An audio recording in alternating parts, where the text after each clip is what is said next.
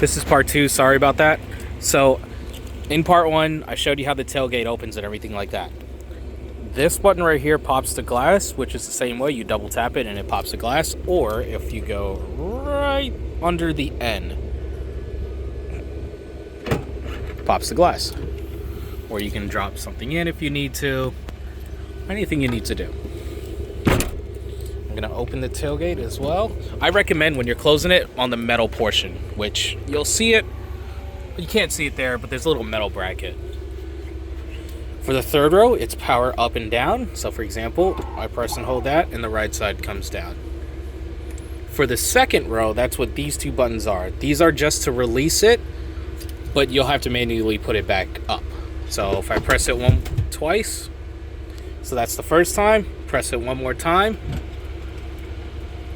it does release it. Same thing on that side. And you do have a panoramic sunroof. Hard to see, I know. Close it from here. You also have a memory height, which I'll show you. This will get cleaned up. I haven't cleaned up the Suburban yet.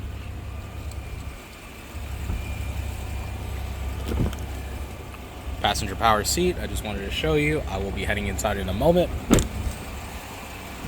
Ooh. Oops. But it's a super nice Suburban.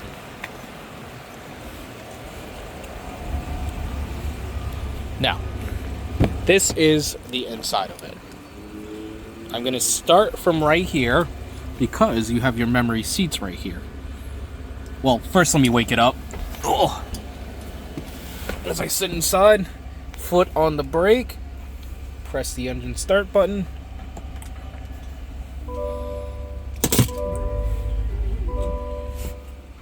I'm going to go over all of this in a second. I want to start here. So, let's say you would like to set your memory settings, which I know you'll adjust. You're going to press set and 1. The double beep you hear means it's set. So like for example, this is power tilt telescope steering wheel. I'll do that. If I hold this, it also adjusts mirrors too, which is nice. This is for exit mode, where you can have the steering wheel all the way up, seat all the way back for easy entry exit. You have your 4x4 right here, if you ever need it. Mode, if you twist this dial left or right, you can change the mode you're driving in. So right now that's tow mode, that's off-road because Z71, sport mode, which doesn't add horsepower, just changes the shift points. And most people keep it in normal mode. You'll also see right there what all-wheel drive, two-wheel drive you're in, as well as 4 bars, excuse me. That is your ride height. To adjust it manually, it does it automatically, but to adjust it manually, you press right there. I'm going to zoom in. Press right there. And then if I come back to the screen here, now you twist that same dial to change where you want. And as you see, it times out after 2 seconds. So press, twist, you have increased, maximum, and then twist left, normal, and then entry exit, which that's what it's at right now. Again, this will automatically adjust. Your headlights are set to automatic, and this is a trailer brake controller if you haul a trailer. Don't have to worry about turning your headlights on or off. Same thing with your windshield wipers. They're set to automatic. That is for your rear windshield wiper, which you might be familiar with. That is your electronic parking brake, your lane departure warning, and your lane keep assist, which is on. If you don't like it, you can turn it off at any time. These are for the front and rear parking sensors. I believe it has front. I have to double check. I apologize. And then that's parking sensors. That is your automatic stop start. So at a stoplight, the engine will turn off, which is completely normal, and then after a certain amount of time, or if you move your foot off the brake pedal, the engine will turn back on. Traction control if you want to do burnouts. Excuse me. Hill descent control, which is very handy if you live in a mountainous state, but here in Florida it's typically flat. If you press this button and I go here, You at any time can see the bird's eye view camera if you ever need it for parking or anything like that, because it is a big guy. I'm going to close this door. This is your your forward collision alert and braking. I have it set to the maximum distance, so that way you have no problems and you get the earliest kind of alert. Heated steering wheel, which heats up. There we go. This side as well as this side. I'm gonna move this steering wheel up. These gauges, right here is your fuel tank, distance until empty. So this will go down to the left, and this range will lower. Your odometer is not on the screen, as you see. I apologize. 9 miles right there. Compass pointing north as the Suburban is parked northbound. As you see, that stays on. If you wanted to exit out, you press that. Now, park and neutral are buttons. And that's why it beeped at me, because my foot is not on the brake. If I put it in reverse or drive, they're pull tabs. Foot on the brake, reverse. It does have front and rear parking sensors, and it does beep at you, as well as drive, as you see. Put it in park. This is if you're going downhill, you can control what gear it's in, so that way you'll have no problems as far as like roasting your brakes if you're going down a mountain or something like that. I will come back to this. AC vents. This is a sunglass holder because this is fixed in place now. So you press this, put whatever you need in there, and you can close it or keep it open, whatever you prefer. And that's your hazard. That is your wireless charger. Heated back, heated back and bottom for the driver and the passenger side. These HVAC controls are for the driver's side, and I have it set to synchronize with the rear. That's how I know it's on. If the light is on, the rear climate is on. If I wanted to control it, I press this. It pops up on the screen after a moment, and I can control it there. And you can also lock the controls in the back, so that way nobody plays with it. Cup holders and your center console. Now you may be wondering, why is it so shallow? I mean, that's what brings me up here. You have your map lights, sunroof controls, so you have one for it's hard to see, I apologize. Hopefully that's better. There we go. One for slide. This is hard to see, so I apologize because of the brightness. The middle one right here, that's for the sunshade, so I can press that and let go. And it does open the panoramic sunroof. This one is your tilt, which tilts the sunroof instead of slide. This opens the tailgate by pressing it. I'm going to press it one more time to stop it. But if I press it again, it does close. And now you hear it's closed. If I twist this ring, I can change the height or turn the tailgate off from power altogether.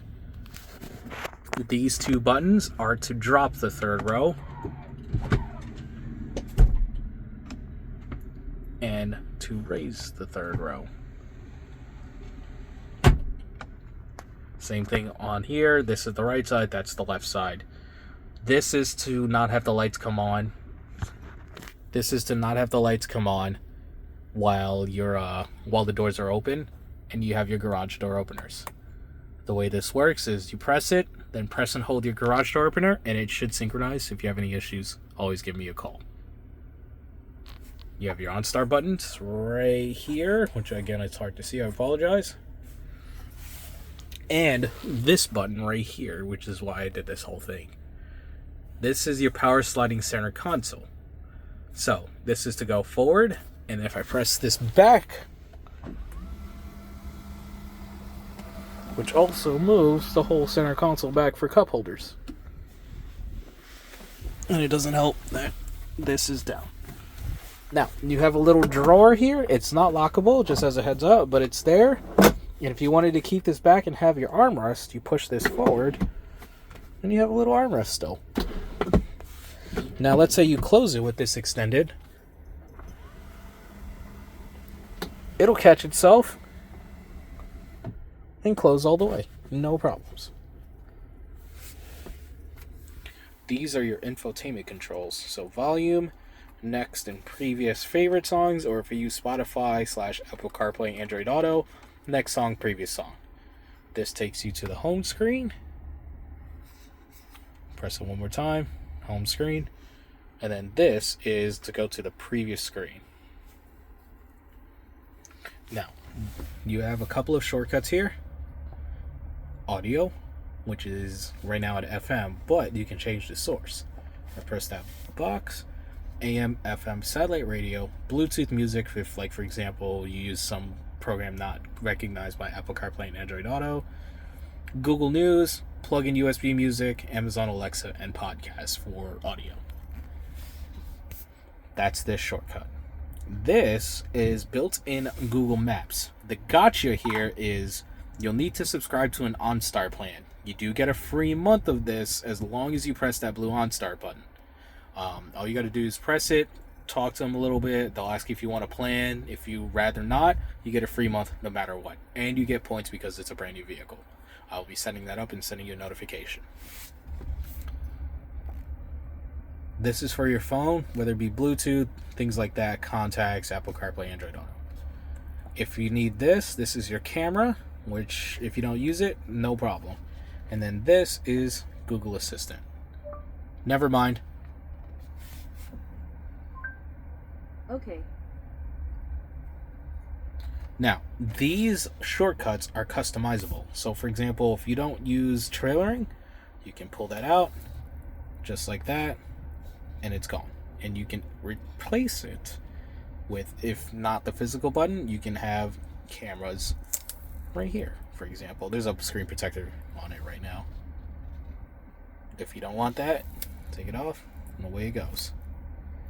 Like, for example, if you want to climb it really quickly for the rear, you can do that.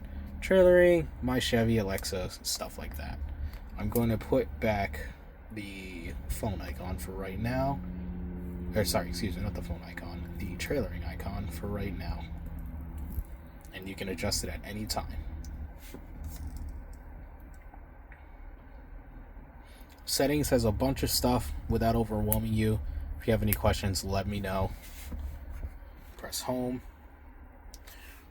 Dual zone climb, 3 zones really. Front driver, front passenger, as well as the rear, as you know. And I want to go over a little bit of what's going on in the rear. So I'm going to open this door. Your front 2 windows are automatic express up and down, so I just press it once. Go all the way down. If I just pull it, no problem. Let me show you the rear. I'm going to turn this off. You do have Bose Premium Audio as well.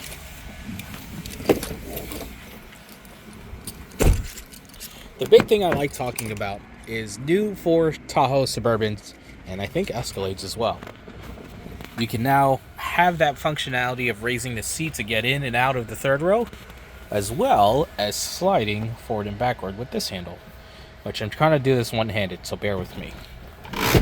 But as you see, it does slide forward and backward, which is pretty cool.